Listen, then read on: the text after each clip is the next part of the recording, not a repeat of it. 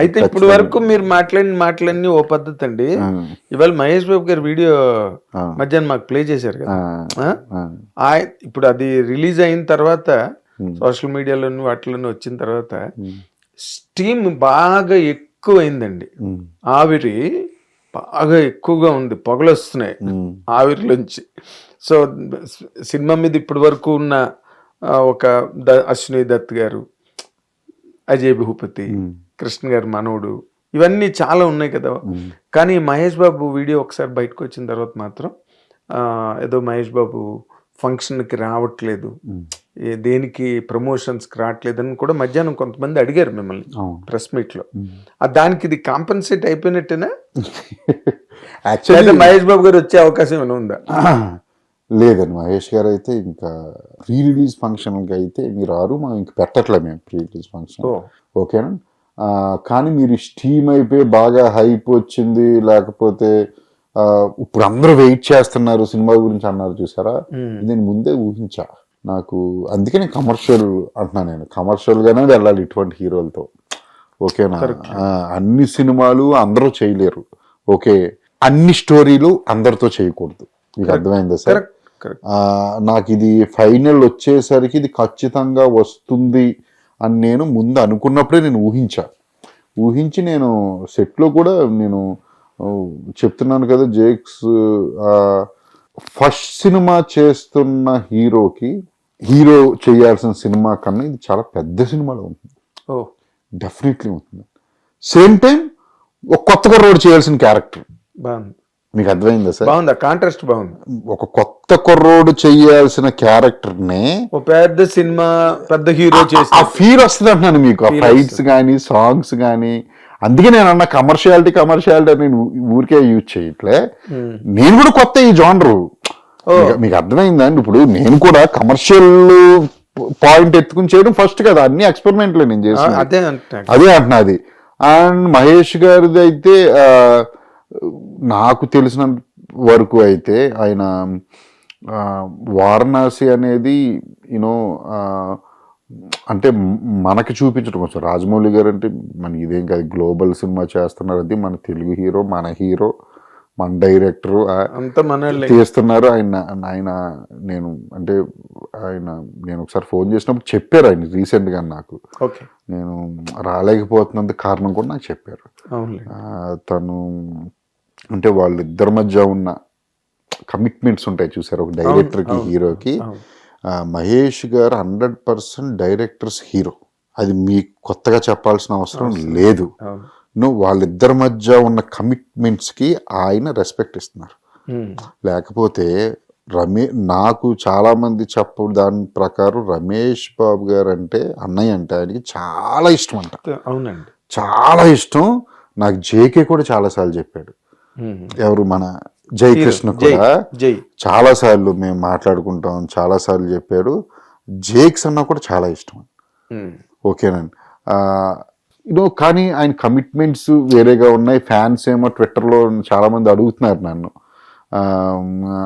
నిన్నటిదాకా కూడా అడిగారు నన్ను, అన్న మహేష్ అన్న వస్తారా. ఈరోజు బయట ఇచ్చారు, అందరూ వాళ్ళు హ్యాపీగా ఫీల్ అవుతున్నారు. మొత్తం ట్విట్టర్ అంతా గగ్గోలు మామూలుగా లేదు,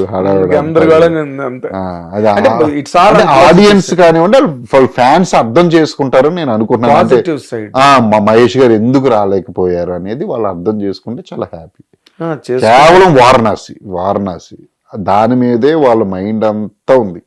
అవునండి, అదే larger than life story making అంటే వాళ్ళకి ఇది కూడా ఉంటుంది కదా కొంచెం, అంటే బయట కూడా వెళ్ళకూడదు, ఏదో ఉంటాయి something rules and regulations, rules అయ్యి ఉంటాయి కదండి, వాళ్ళు పెట్టుకుంటారు, వాళ్ళే పెట్టుకుంటారు. అదేలేండి, ఎందుకంటే అవన్నీ ఉంటాయి.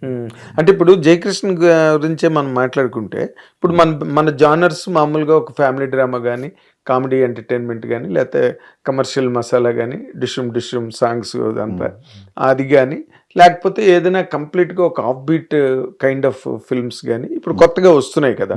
ఇప్పుడు అల్లు అర్జున్ చేసిన పుష్ప కానీ, లేకపోతే ఇప్పుడు ఇంకొక సినిమా కానీ, అన్ని కొత్త మారుతున్నాయి కదా. జయకృష్ణ ఈ సినిమా తర్వాత ఏ కైండ్ ఆఫ్ సినిమా, ఏ కైండ్ ఆఫ్ స్క్రిప్ట్ చేస్తే బాగుంటుందని మీకు ఎక్కడైనా ఒక ఆలోచన వస్తే నేనైతే ఏదైనా ఒక ఇంటెన్స్ గ్యాంగ్స్టర్ డ్రామా చేస్తే బాగుంటుంది అనుకుంటున్నాను. అవునా? యా, ఇంటెన్స్ ఎరగదీస్తాడు అసలు, మామూలుగా భలే చేస్తాడు అసలు. ఓకే, మన దాంట్లో ఎమోషన్స్ చెప్తున్నాను కదా మీకు, అదిరిపోతాయి కొన్ని డైలాగ్స్. నేను ఎలా రాసుకుని ఏ మూడ్ లో చెప్పినా దింపేశాడు. మీకు ఎప్పుడైనా అనిపించిందా మనం ఇంకా కొంచెం ఇంకా బార్ రైస్ చేసి రాసి ఉంటే బాగుండేదేమో, కుర్రాడు ఇంత బాగా? నో, నేను కావాలంటే జేక్స్ మనం ఇంకోటి చేద్దాం అన్నాడు ఒకసారి, చేసేద్దాం అన్నా నేను. అప్పుడు పెంచుతానేమో కానీ ఇప్పుడైతే అనిపించలేదు. ఇప్పుడు ఎందుకంటే నేను ఆల్రెడీ చేసిందే చెప్తున్నాను కదా, చాలా పెద్ద హీరో చేసిన దానిలో ఉంటది ఇందాక అన్నాను కదా. అంటే నాకు నేను విన్నది చెప్తున్నానండి, మీ యూనిట్ నుంచి నేను విన్నది. ఒక్కడు సినిమాకి అప్పటికి 2 సినిమాలు అయిపోయాయి మహేష్ బాబుకి.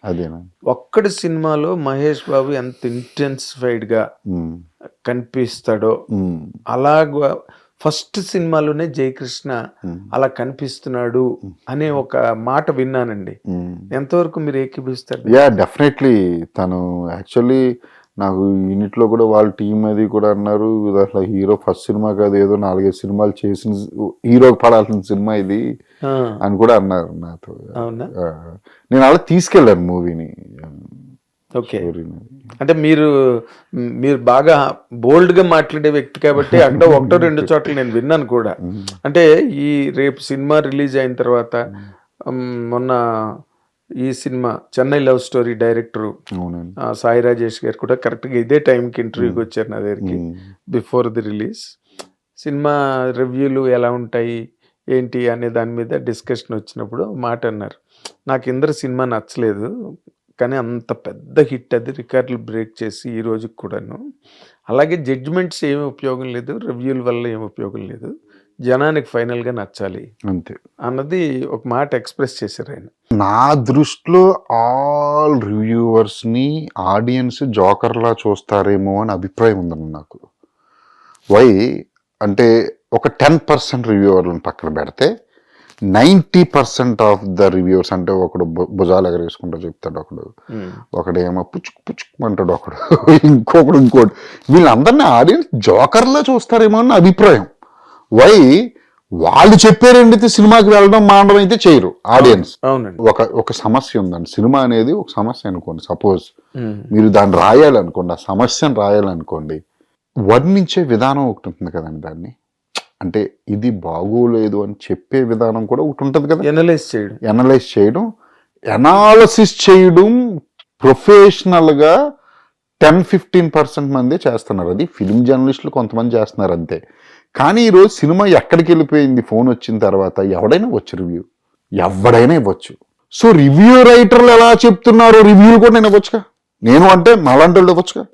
సో నా దృష్టిలో చాలా మంది రివ్యూ రైటర్స్ ని ఆడియన్స్ జోకర్స్ లా చూస్తున్నారని నా అభిప్రాయం. చాలా హార్డ్ హిట్టింగ్ అది నేననేది నేను రివ్యూ రైటర్ల రివ్యూ ఇస్తున్నా నేను. ఓకేనా, బాగా ఇచ్చేవాడు ఎవడో ఎవడో దాడి చెప్తున్నా, ఓకే అందరినీ కాదు. అంటే అది నాకు చాలా మంది నాకు అనిపించిన ఇది. హిట్ టీవీ యాప్, ఇందులో short news, live news, entertainment shows, movies, digital magazines తో పాటు మీ జిల్లా వార్తలను కూడా ఫ్రీగా చూడొచ్చు. ఇంకెందుకు ఆలస్యం, వెంటనే హిట్ టీవీ యాప్ ని డౌన్లోడ్ చేసుకుని ఫ్రీగా ఎంటర్టైన్మెంట్ పొందండి. Hit TV app, hit TV app, please download hit TV app. Hit TV app ని ఫ్రీగా డౌన్లోడ్ చేసుకుని ఎంజాయ్ చేయండి. మీకు నచ్చిన ఎంటర్టైన్మెంట్ కోసం హిట్ టీవీ యాప్ ని ఫ్రీగా డౌన్లోడ్ చేసుకుని ఎంజాయ్ చేయండి. హిట్ టీవీ యాప్ ని డౌన్లోడ్ చేసుకుని ఆస్వాదించండి, ఆశీర్వదించండి. ఇంతమంది సెలబ్రిటీలు హిట్ టీవీ యాప్ ని డౌన్లోడ్ చేసుకోండి అని చెప్తున్నారంటే ఎంత మంచి యాప్ ఆలోచించండి.